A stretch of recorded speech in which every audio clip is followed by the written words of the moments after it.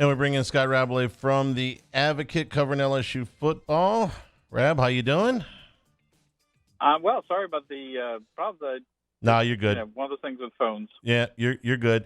All right, so the news that Will Campbell is coming back for the game this weekend. I don't think LSU could have got any better news today. So what do you expect against a rush defense that's been pretty poor in the league? We looked at Florida's run defense. They are a team that you can run on. So we go to game plan 5.0 here this weekend. What are you expecting? Yeah. Does this mean they still have another offensive line combination? I don't know. It seems like they've played without Dellinger and with Campbell. I don't know, but it's obviously good news for LSU. Yeah, Florida is kind of deficient right up the middle, so it definitely helps. Anything helps this offense, and they've got to get be more balanced. Obviously, they're chasing Tennessee the whole time last week, so that threw the whole offensive plan out of whack. And I think 17 yards from the running backs combined. So that's got to be better. And Daniels will do his running too. So yeah, having Will Campbell back, is going to be huge. I didn't expect it. And people are looking for bright spots in this program that maybe they're feeling some worry or anxiety. His play and Emory Jones' play, as cornerstones for the future of this offensive line, you're going to have them for another 2 or 3 years. Is very positive, and I think obviously having him back at the short term is too. So this is something else you have to exploit against Florida, which does have a vulnerability there, as you said.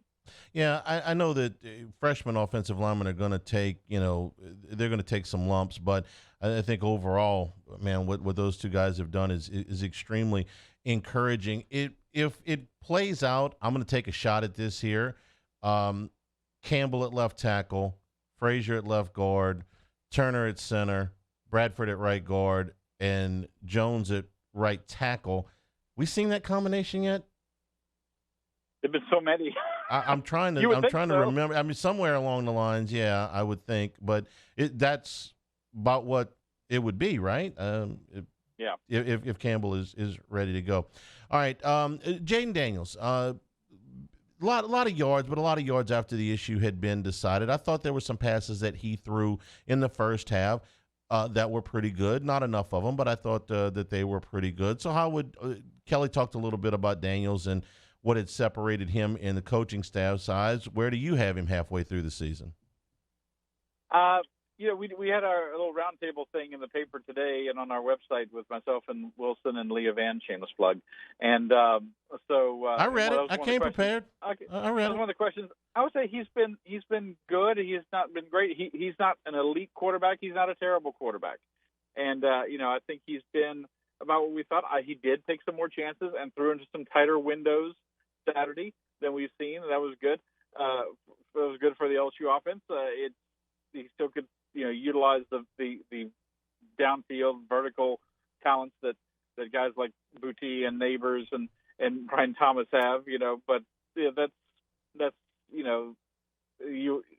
that still has to come. Obviously he is what they wanted in this offense. They got what they asked for. You didn't.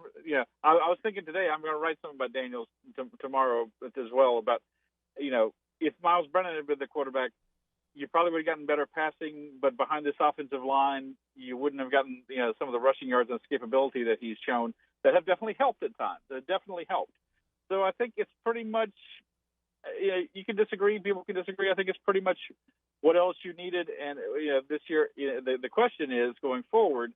As I said in the roundtable, is he a stopgap or is he someone who's going to give way next year to a Walker Howard or another transfer or something like that, because he's not elite. And to be where LSU wants to be, you have to be elite. You have to have that kind of quarterback. You look at all the teams that are in the elite category.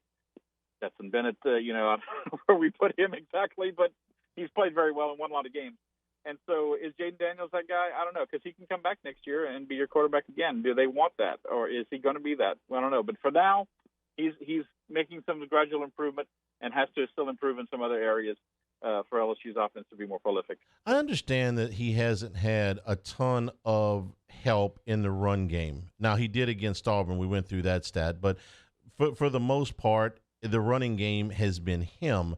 So I get that part. What I would like to see in the second half of the season is for the play caller to give him a little bit more help. Some things that are a little bit easier to complete, things that are short. Maybe ramp up the screen game a little bit, even if the wide receiver screen game. Even Yeah. I could stand to see a few less balls to the tight end because they don't have Kellen Winslow out there right now, and some things that would get his confidence going, some things that are easy to complete that have big play potential. I saw him throw the ball down the field against Tennessee. I saw him throw the ball across the field also against Tennessee. These things that take a long time to develop and take a long time in the air. I'd like to see less of that and more things that got going a little bit quicker, if you know what I'm saying. That's fair. I mean, it's time for LSU, midway through the season, probably to break some tendencies and to break out some new things. And like he's shown, he can go on the road and lead you to a win over Auburn team. I think Florida's probably a little better than Auburn, so he might have to play a little better. But I'm with that. Yeah, things that are confidence building for him, and it's not just on him. As we've said, and I'm sure you said, there continue to be drops in the receiving corps. Those guys have to help him out better too. Some of the balls are a little, off target. Like maybe a guy has to reach back for a ball, but they're catchable, and they're still catches that can be made, and they got to help him out a little more in that regard too. So if you give him some slightly easier throws to make, I can get on board with that. I wouldn't. Yeah, I think Josh Williams has been maybe my favorite player on this offense this season because he does everything. He's not great at anything, but he does everything: run and block and catch. And I'd like to get him more involved in that way too. A little trickeration. Charlie, we haven't seen one thing other than jet sweep is not really trickeration. A reverse, something out of this offense. I would like to see something like that. Some kind of deception that could work against a defense like Florida that might be susceptible to it. Yeah, I'm all ears. Anything you got that you think works, go ahead. Submit it to the committee. I'm all ears. Scott, I am of sincere hope, but have very little confidence that every time these teams play and these two coaches are matched up against each other, that there's going to be a comparison. I think it's foolish, personally. The only thing that they have going together is that they were hired in the same year. I don't think Billy Napier was ever seriously considered at LSU, and I don't think that Brian Kelly was ever seriously considered at Florida. I understand that Napier did his coaching in the state of Louisiana, and maybe if he had come from a different Sun Belt school, we wouldn't be having this. But where is this coming from, besides Glenn Guilbeau, that these two coaches have to be compared to each other just because they started in the same year? Yeah, I mean, I think it's just human nature, and because there are, and he's not alone. There are a lot of people who thought LSU should have hired Billy Napier, and he's a lot younger than Brian Kelly. You have to say that Billy's maybe 20 years younger than Kelly. He's in his early 40s, mid 40s at most. So it's just going to happen, whether you like it or not. Are we going to see a reprise of the 10-year war between Woody Hayes and Bo Schembechler? I doubt it. It's not fair for either guy for this game to be. People are going to make this though into some kind of referendum on the two hires. And if LSU wins, they're going to say, yeah, well, LSU made the right decision. If Florida wins, well, LSU should have gotten Napier. Florida made the better decision. They're both in the same place. 4-2. It's very similar. Both 4-2. Both trying to rebuild their programs. Both have teams that are lacking the pieces that they really need to be highly competitive, and pieces you think they're going to likely get. And